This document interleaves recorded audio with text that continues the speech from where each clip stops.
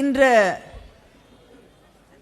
எல்லா பகுதிகளிலும் தமிழ்நாட்டிலே நாம் தேர்தல் பிரச்சாரங்களை அனல் பறக்கக்கூடிய தேர்தல் பிரச்சாரங்களை எல்லோருமே நடத்தி கொண்டிருக்கக்கூடிய இந்த சூழலிலே நம்முடைய சென்னையிலே நம்முடைய மாவட்ட கழகத்தின் செயலாளர் அமைச்சர் மாசு அவர்களுக்கு இங்கே பிரச்சாரம் செய்யக்கூடிய வாய்ப்பு கிடைத்ததை நினைத்து நான் பெருமகிழ்ச்சி அடைகிறேன். அவர் மாரத்தான் எல்லா நாடுகளுக்கும் சென்று இந்த நாட்டிலே இருக்கக்கூடிய எல்லா பகுதிகளுக்கும் சென்று தன்னுடைய உடல் நலத்தை ஒருவர் வென்று காட்ட முடியும் என்றால் அது தான் என்பதை நிரூபித்திருக்கக்கூடிய ஒருவராக தொடர்ந்து தன்னுடைய இயக்க பணிகளை, அமைச்சரவையில் இருக்கக்கூடிய தன்னுடைய பணிகளை, அதே நேரத்தில் எந்த வேலை வந்தாலும் நான் இதையும் இந்த ஓடுவதையும் நான் நிறுத்த மாட்டேன், விடமாட்டேன் என்று அதற்கும் நேரம் ஒதுக்கக்கூடிய அளவிலே பாராட்டுக்களை பெறக்கூடிய அளவிலே இருக்கக்கூடியவர் தான் நம்முடைய வேட்பாளர் அமைச்சர் அவர்கள். நம்முடைய முதலமைச்சர் கொண்டு வந்திருக்கக்கூடிய சில மிக சிறப்பான திட்டங்களுக்கு அந்த திட்டங்களை சிறப்பாக செயல்படுத்தி பாராட்டுக்களை உலகம் முழுவதும் இருக்கக்கூடிய யுனைடெட் நேஷன்ஸ் வரை பாராட்டுக்களை பெற்றிருக்கக்கூடிய அமைச்சர் நம்முடைய அமைச்சர் அவர்கள். மக்களை தேடி மருத்துவம் என்ற ஒரு மகத்தான திட்டத்தை நம்முடைய முதலமைச்சர் அண்ணன் தளபதி அவர்கள் உருவாக்கி தந்திருக்கிறார்கள். பல வெளிநாடுகளில் கூட உங்களுக்கு ஒரு டாக்டரை பார்க்கணும், ஹாஸ்பிட்டல் அப்பாயின்மெண்ட் வேணும், ஒரு ஸ்கேன் எடுக்கணும், இல்லைன்னா ஒரு செவிலியரை சந்தித்து ஒரு அட்வைஸ் வாங்கணுன்னா கூட நீங்கள் நாட்கணக்கில் மாதக்கணக்கிலே காத்திருக்க வேண்டிய ஒரு சூழல் இருக்கிறது. ஆனால் தமிழ்நாட்டில் மட்டும்தான் வீடு தேடி வந்து மக்களை சந்தித்து மருத்துவர்கள் அவர்களுக்கு தேவையானவற்றை செய்து தரக்கூடிய ஒரே மாநிலம் நம்முடைய தமிழ்நாடு தான். இப்படி ஒரு சிறப்பான திட்டத்திற்காக யுனைடெட் நேஷன்ஸில் அழைத்து பாராட்டக்கூடிய அளவிற்கு அதை சிறப்பாக செய்து தந்திருக்கக்கூடியவர் நம்முடைய அமைச்சர் அவர்கள். இன்னும் சிறப்பான ஒரு திட்டம் நம்முடைய முதலமைச்சர் அவர்களால் கொண்டு வரப்பட்ட திட்டம். ஒரு ஆக்சிடென்ட் நடந்ததுன்னா அதில் முதல் 1 மணி நேரம் என்பது உயிரை காக்கக்கூடிய முக்கியமான இந்த கோல்டன் அவர் என்று சொல்லக்கூடிய அந்த நேரத்தில் எல்லாருமே பக்கத்தில் இருக்கக்கூடிய ஹாஸ்பிட்டல் வந்து அங்கே சேர்க்க முடியுமா, நிறைய காசு வாங்கிடுவாங்களா அப்படின்னு ஒரு பரிதவித்து எங்கே சேர்க்கறதுன்னு திண்டாடி கடைசியில் கொண்டு போய் சேர்க்கக்கூடிய இடத்துக்கு நேரம் ஆயிடும். ஆனால் அந்த பரிதவிப்பு யாருக்கும் வரக்கூடாது. உங்களை பாதுகாக்க நான் இருக்கிறேன், திராவிட மாடல் ஆட்சி இருக்கிறது என்று நம்மை காக்கக்கூடிய அந்த 48 என்ற அந்த திட்டத்தை கொண்டு வந்து இன்னைக்கு லட்சக்கணக்கான உயிர்களை காத்திருக்கக்கூடிய ஆட்சி திராவிட முன்னேற்ற கழக ஆட்சி. அந்த திட்டத்தையும் மிக சிறப்பாக செயல்படுத்தி தந்திருக்கக்கூடிய அமைச்சர் நம்முடைய அமைச்சர் அவர்கள். இப்படி நம்முடைய ஆட்சியிலே, நம்முடைய முதலமைச்சர் அவர்களுடைய ஆட்சியிலே தொடர்ந்து மக்களுக்கான எத்தனையோ சிறப்பான திட்டங்களை ஒவ்வொரு நாளும் முதலமைச்சர் அவர்கள் மக்களுக்காக செய்து கொண்டிருக்கிறார்கள். தேர்தல் அறிக்கை தயாரிக்கக்கூடிய குழுவிலே அதற்கு தலைமை ஏற்கக்கூடிய வாய்ப்பை நம்முடைய கழக தலைவர் அண்ணன் தளபதி அவர்கள் எனக்கு வழங்கினார்கள். அதில் பெரிய சவாலாக இருந்தது என்னன்னு நிறைய பேர் கேட்பாங்க. பெரிய சவால், முதலமைச்சர் இதுவரைக்கும் செய்யாத ஒரு திட்டத்தை கண்டுபிடிச்சு செய்யறதே பெரிய சவால் தான். யார் யாருக்கு என்ன தேவைங்கிறத எல்லாத்தையும் செஞ்சாச்சு. ஒவ்வொரு வீட்டுக்கும் திராவிட முன்னேற்ற கழகத்தின் திட்டம் சென்று அடைந்திருக்கிறது. இங்க இருக்கக்கூடிய சகோதரிகளுக்கு முதலமைச்சர் அவர்கள் தேர்தல் நேரத்தில் நமக்கான 1000 ரூபாய் மகளிர் உரிமை தொகையை தருகிறேன் என்றார்கள். இன்னைக்கு 1,31,00,000 சகோதரிகள் தமிழ்நாடு முழுவதும் அந்த உரிமை தொகையை வாங்கி கொண்டிருக்கிறார்கள். ஆட்சி ஒரு மாசத்துல மறுபடியும் வந்தோன்னா அது 2000 உயர்த்தி வழங்க போகிறார். அந்த மகளிர் உரிமை தொகையில் தொடங்கி நம்முடைய முதலமைச்சர் அவர்கள் முதலாக கையெழுத்து போட்ட திட்டம் விடியல் பயணம். அந்த திட்டத்தின் பயன் கல்லூரியிலே போய் படிக்கக்கூடிய நம்ம வீட்டு பிள்ளைகள் அவங்களுக்கு மாதம் 1000 ரூபாய். தமிழ் புதல்வன் புதுமை பெண் என்ற திட்டம். காலையிலே பள்ளிக்கூடத்துக்கு போகக்கூடிய பிள்ளைகள் இருந்தால் அவர்களுக்கு காலை உணவு திட்டம். 5வது வகுப்பு வரை படிக்கக்கூடிய அந்த பிள்ளைகளுக்கு காலை உணவு திட்டம் ஆட்சிக்கு மறுபடியும் வந்தவுடன் 8வது வகுப்பு வரை உயர்த்தி தரப்படும். அது மட்டும் இல்லை, கல்லூரியில் போய் படிக்கக்கூடிய பிள்ளைகளுக்கு 1000 ரூபாய் இப்போ கொடுத்துட்ருக்காங்க. அடுத்து நம்முடைய ஆட்சி வந்தவுடன் அது 1500 உயர்த்தி வழங்கப்படும். இல்லை, இல்லம் தேடி கல்வி, வீடு வீடாக வந்து மருத்துவ சிகிச்சைகளை தரக்கூடிய அந்த திட்டம். அதை தாண்டி தாயுமானவர் திட்டம் என்ற திட்டத்தின் வழியாக ஒரு குடும்பத்தில் முதியவர்கள் மாற்றுத்திறனாளிகள் இருந்தால் ரேஷன் பொருட்களை வீட்டுக்கே கொண்டு வந்து தரக்கூடிய திட்டம். நான் முதல்வன் திட்டம். இத்தனை திட்டங்களின் வழியாக ஒவ்வொரு வீட்டிலும் இருக்கக்கூடியவர்களுக்கு பயனளிக்கக்கூடிய ஆட்சியை நடத்தி கொண்டிருப்பவர் நம்முடைய முதலமைச்சர் அவர்கள். அதனால் இதையெல்லாம் தாண்டி புதுசாக எதையாவது ஒரு திட்டத்தை கண்டுபிடித்து அதை தேர்தல் அறிக்கையில் எழுதுவதே ஒரு சவாலாக இருந்தது. ஆனால் அதையெல்லாம் தாண்டி முதலமைச்சர் மக்களிடம் போய் மக்களுக்கான திட்டங்களை கேட்டு பெற்று அந்த தேர்தல் அறிக்கையை எழுதுங்கள் என்றார்கள். இன்னைக்கு திராவிட முன்னேற்ற கழகத்தின் தேர்தல் அறிக்கையை தொடர்ந்து முதலமைச்சர் அவர்கள் சூப்பர் ஸ்டார் என்று சொல்கிறார் என்றால் அதற்கு காரணம் அது மக்களிடமிருந்து பெறப்பட்ட தேர்தல் அறிக்கை. மக்களுடைய கருத்துக்களை வாங்கி பெற்ற தேர்தல் அறிக்கை நம்முடைய தேர்தல் அறிக்கை. அதில் எல்லாருக்கும் பெண்கள் சகோதரிகள் ஆவலோடு காத்திருக்கக்கூடிய திட்டம் 8000 ரூபாய்க்கான கூப்பன். நம்முடைய ஆட்சி வந்த பிறகு அரசாங்கம் உங்களுக்கு ஒரு கூப்பனை கொடுக்கும். அந்த கூப்பன் 8000 ரூபாய்க்கான கூப்பன். நிறைய பேர் கேட்குறாங்க, ஏன் 8000 ரூபாவை வங்கியில் போடலை, ஏன் கூப்பனாக கொடுக்குறீங்கன்னு. எதிர்கட்சியில் இருக்கக்கூடிய எடப்பாடி கூட கேட்குறார், நேரடியாக ஏன் காசை கொடுக்கலன்னு. நேரடியாக காசை கொடுத்தா பேங்க்ல இருக்கக்கூடிய பேலன்ஸ் கம்மியாக இருக்குன்னு சொல்லி பாதி பணத்தை மோடி வாங்கிட்டு போயிடுவார். எத்தனை தடவை பார்த்துட்டீங்க, எவ்வளோ கஷ்டப்பட்டிருக்கீங்க இல்லையா? அதனால் அந்த பயம். அதை தாண்டி நம்மளே ஏதாவது வேறு செலவு இருந்தால் அதுக்கு பயன்படுத்திடுவோம். இல்லைன்னா வீட்டில் வேறு யாராவது எதுக்காவது கேட்பாங்க, அதுக்கு எடுத்து கொடுத்துருவீங்க. ஆனால் முதலமைச்சர் எப்படி தலைவர் கலைஞர் அவர்கள் நீங்கள் சமையல் கட்டிலேருந்து சீக்கிரம் வெளியில் வரணும், சீக்கிரம் சமைச்சு முடிச்சுட்டு வெளியில் வரணுங்கிறதுக்காக டபுள் பர்னர் கேஸ் ஸ்டவ் கொடுத்தாங்க. ஒரு பக்கம் சாதம் வச்சு ஒரு பக்கம் குழம்பு வச்சு சீக்கிரம் சமையலை முடிச்சுட்டு வெளியில் வந்து உங்களுக்கு பிடித்த விஷயங்களை, நீங்கள் கற்றுக்கொள்ள நினைக்கக்கூடிய விஷயங்களை, வேலைக்கு போனோன்னா அதற்கான ஆயத்தங்களை செய்து கொள்வதற்காக அந்த கேஸ் ஸ்டவ்வை கொடுத்தாங்க.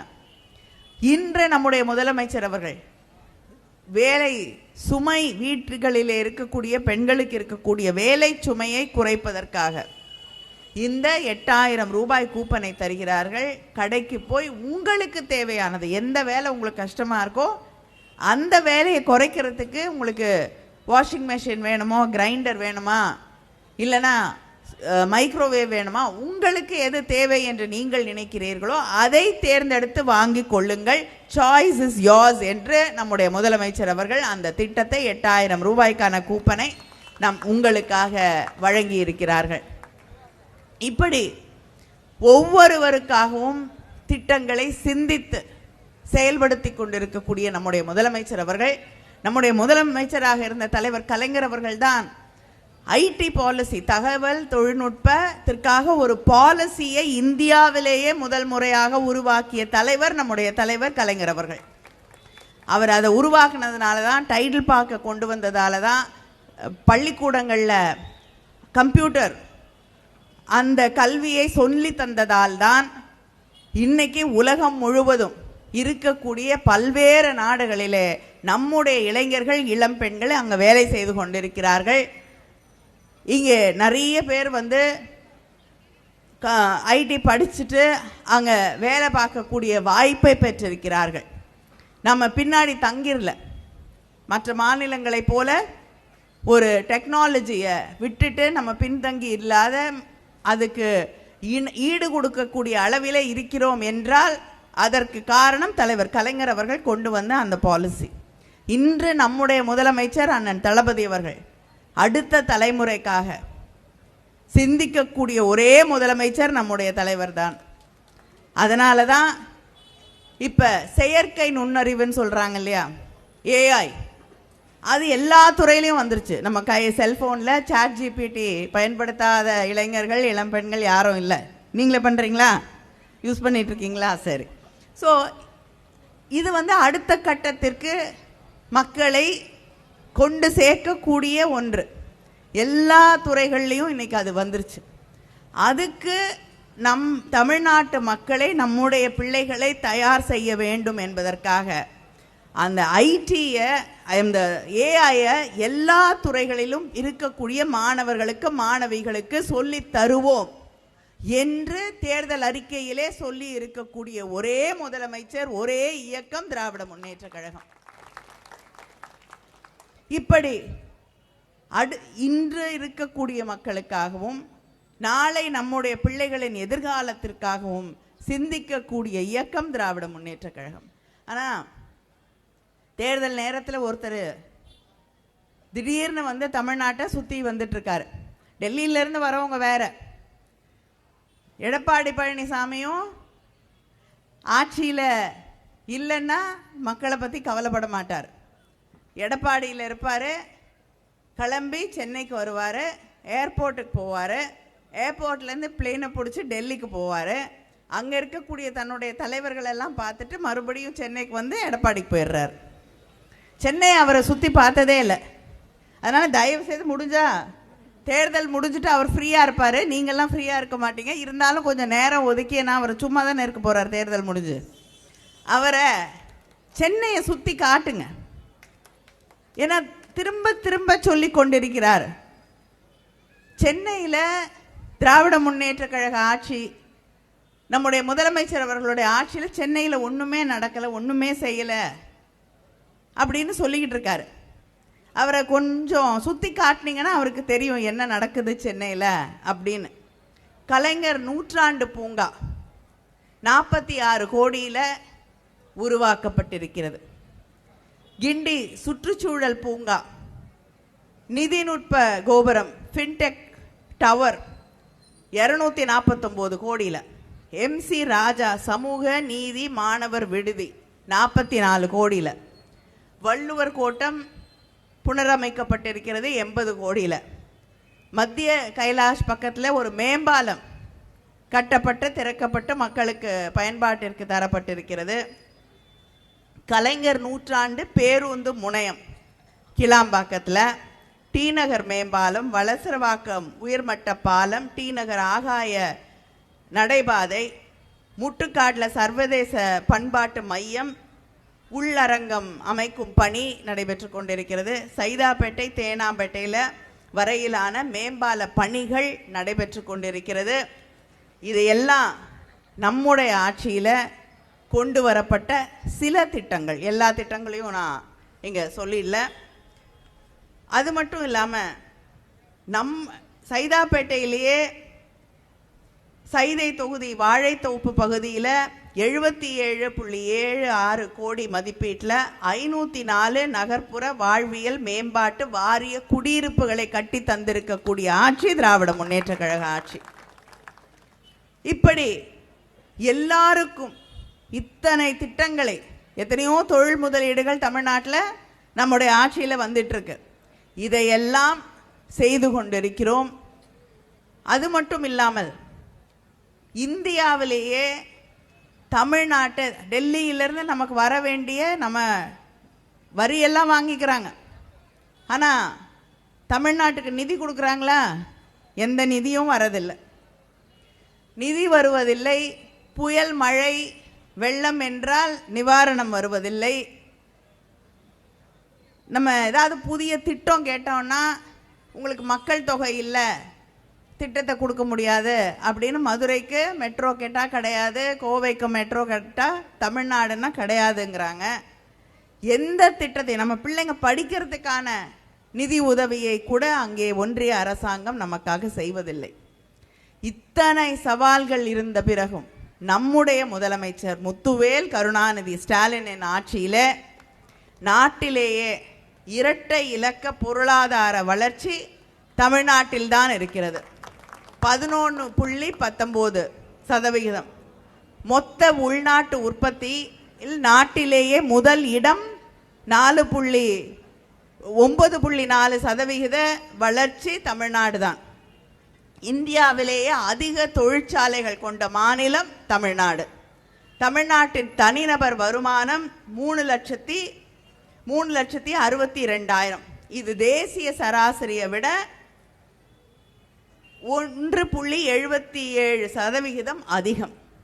இப்படி தொடர்ந்து தமிழ்நாட்டை, தமிழ் மக்களை வளர்ச்சி பாதையிலே எடுத்து சென்று கொண்டிருக்கக்கூடிய ஆட்சி திராவிட முன்னேற்ற கழக ஆட்சி.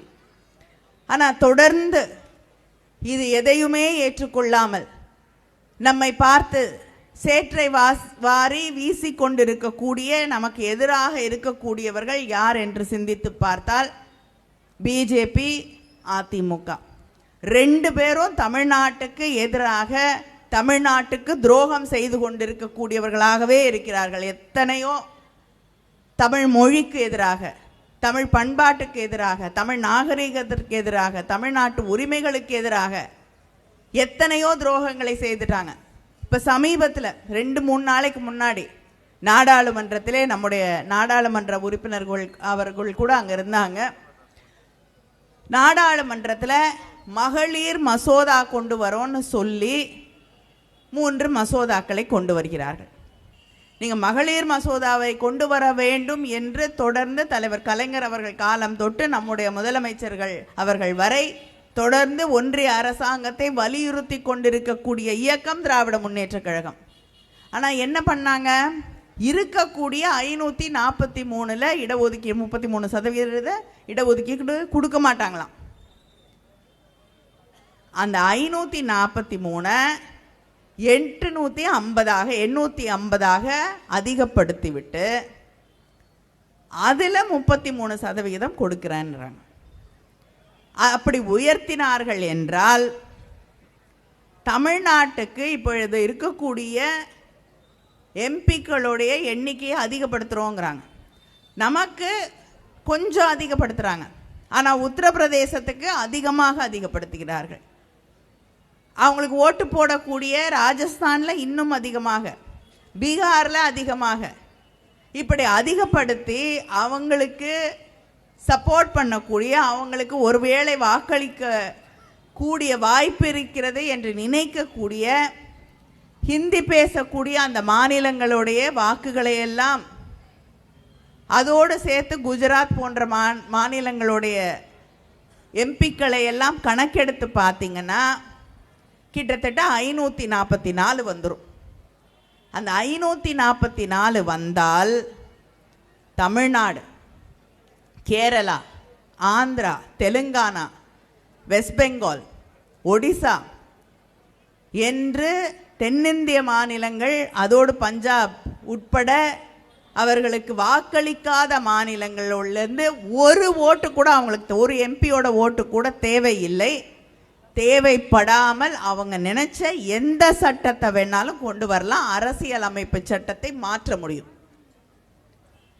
ஏன் குடியரசு தலைவர் தேர்தலில் கூட நம்ம கிட்ட வந்து ஓட்டு கூட கேட்க வேண்டிய அவசியம் இல்லை. இப்படி நமக்கு அங்கே டெல்லிக்கு போயிட்டு வந்து வேலையே இல்லை. நம்ம எது சொன்னாலும் அவங்க கணக்கில் எடுத்துக்க வேண்டிய அவசியம் இல்லை.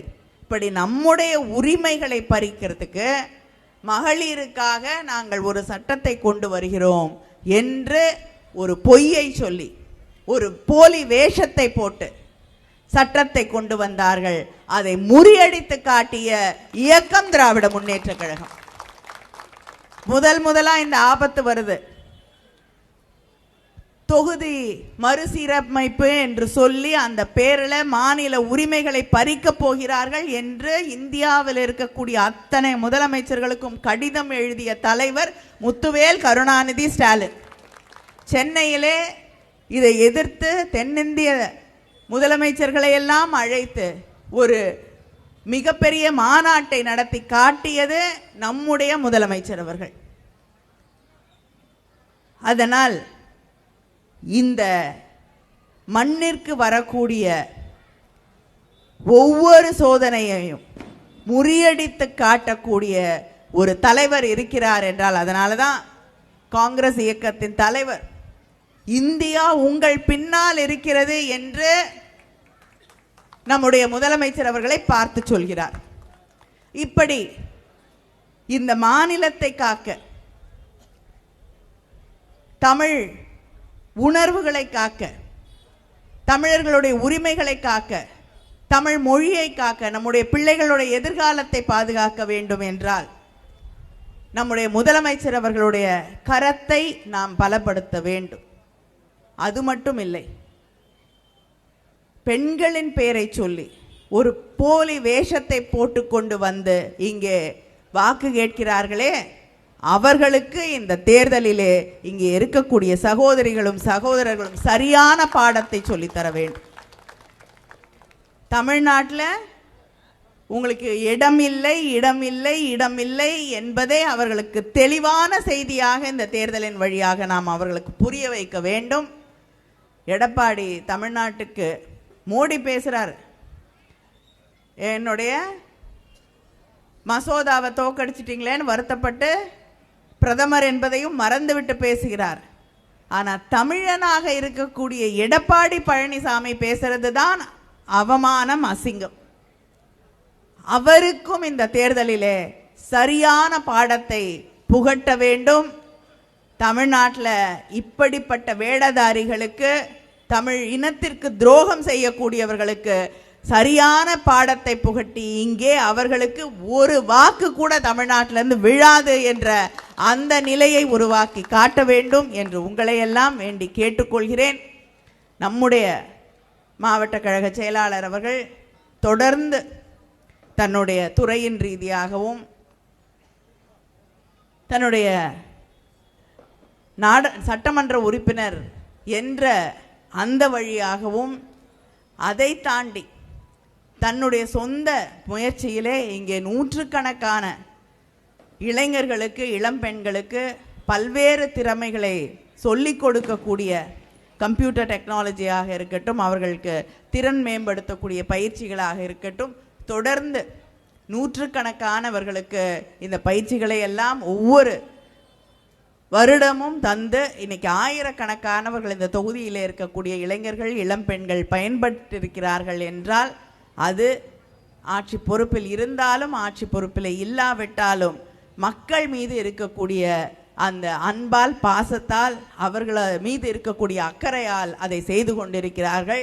தமிழ்நாட்டில் திராவிட முன்னேற்ற கழகத்தில் இருக்கக்கூடிய ஒவ்வொருவரும் அது எந்த நிலையில் இருந்தாலும், எந்த காலகட்டமாக இருந்தாலும், ஆட்சியிலே இருந்த கோவிட் நேரத்தில் ஆட்சி பொறுப்பில் இருந்த பழனிசாமி போன்றவர்களெல்லாம் தமிழ்நாட்டு மக்களை கைவிட்ட போது அவர்களோடு நின்று அவர்களுக்கு உறுதுணையாக இருந்தது திராவிட முன்னேற்ற கழகத்தின் உடன்பிறப்புகள் தான் என்பதை நாம் ஒவ்வொரு முறையும் எல்லோருக்கும் புரிய வைத்திருக்கிறோம். அந்த இயக்கத்திற்கு உங்களுடைய மேலான பொன்னான வாக்குகளை அளித்து, உதயசூரியன் சின்னத்திலே அளித்து நம்முடைய மா சுப்பிரமணியம் அவர்களை வெற்றி பெற செய்ய வேண்டும் வேண்டும் வேண்டும் என்று உங்களையெல்லாம் வேண்டி கேட்டுக்கொள்கிறேன்.